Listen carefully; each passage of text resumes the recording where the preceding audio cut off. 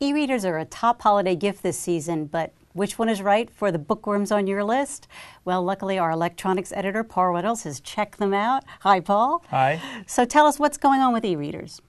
Well, the two that people are talking about the most are the Amazon Kindle and the Barnes & Noble Nook.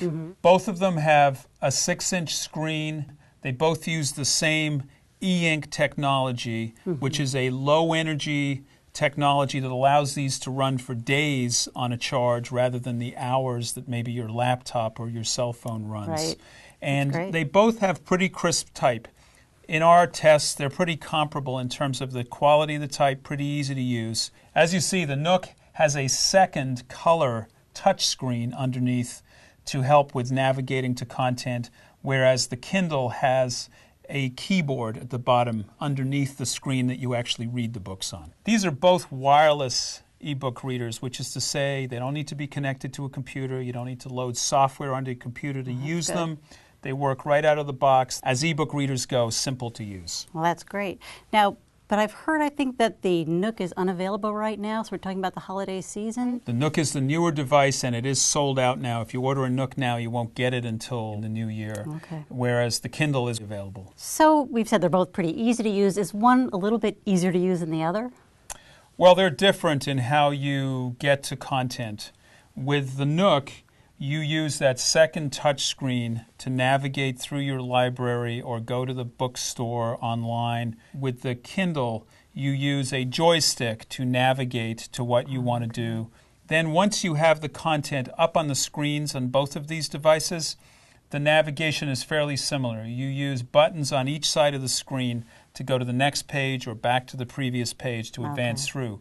Where they are a little different is the Nook is a little slower to refresh each page. So when you press to go to the next page, it takes a little longer on the Nook. Not fatally so, but with an ebook reader, it's important that the pages turn quickly. Now, Barnes & Noble says that they are going to try to fix this problem in the new year. Maybe they will, maybe they won't. But right now, we know the Kindle is a little crisper and experience to turn from one page to the other, which is an important attribute. Yeah, if I'm in the middle of a sentence, that could be really annoying. If I've got to wait, I hope they fix it. Now, you talked about books. Are the number of books available different for each of them? They both have, in terms of new titles, they both have hundreds of thousands of books. Wow. Slight advantage to the Nook. The Nook allows you access through its bookstore to over 500,000 books in what's called the Google Books Project, which are free books that are available. They're public domain books, and that makes it easy to load those on. You don't get quite that ease with the Kindle in terms of getting hold of them. Also, in addition to books, you can get newspapers and magazines on either of these devices by subscription. Are there any other features that set them apart? The Nook, you can lend a book to someone. And as with a physical book, while the book is lent out, you can't read it, but for 2 weeks you can send it to someone else who has a Nook or someone who has just downloaded the free Barnes & Noble software to their computer or their smartphone. Unique feature with the Kindle is that it will read aloud to you. To take his new family with him, a separation occurred. Oh, that's nice. The voice isn't great. The voice is a little mechanical, but it's a feature that they like because they can have the book read to them while they're washing the dishes or driving the car. So it's a nice addition for some people to use. What about the other e-readers that are out there? Well, there are a couple of Sony models out there now. The distinction with the Sonys is, the main one is that they are not wireless. The Sonys that are out there now require you to install software on your computer and connect the device to your computer in order to get content onto it. So that's a significant inconvenience to these compared to the wireless models.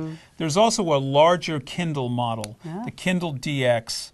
It has a bigger screen, a 10-inch screen as opposed to the 6-inch screen on the regular Kindle. It also, of course, makes the device considerably bulkier. The real issue for most people is this is $489. So that's a lot of money to pay for an ebook reader. Well, so we've come to the question, is it worth waiting for the Nook? We don't think so. Right now, the Kindle is a really good product. The Nook has some issues to it, may or may not get worked out. The Kindle is available now. It's a good product, and basically, if you want to get an ebook reader under the tree this holiday season, there's no reason not to buy a Kindle. Okay, thanks, Paul. For more shopping advice, go to consumerreports.org.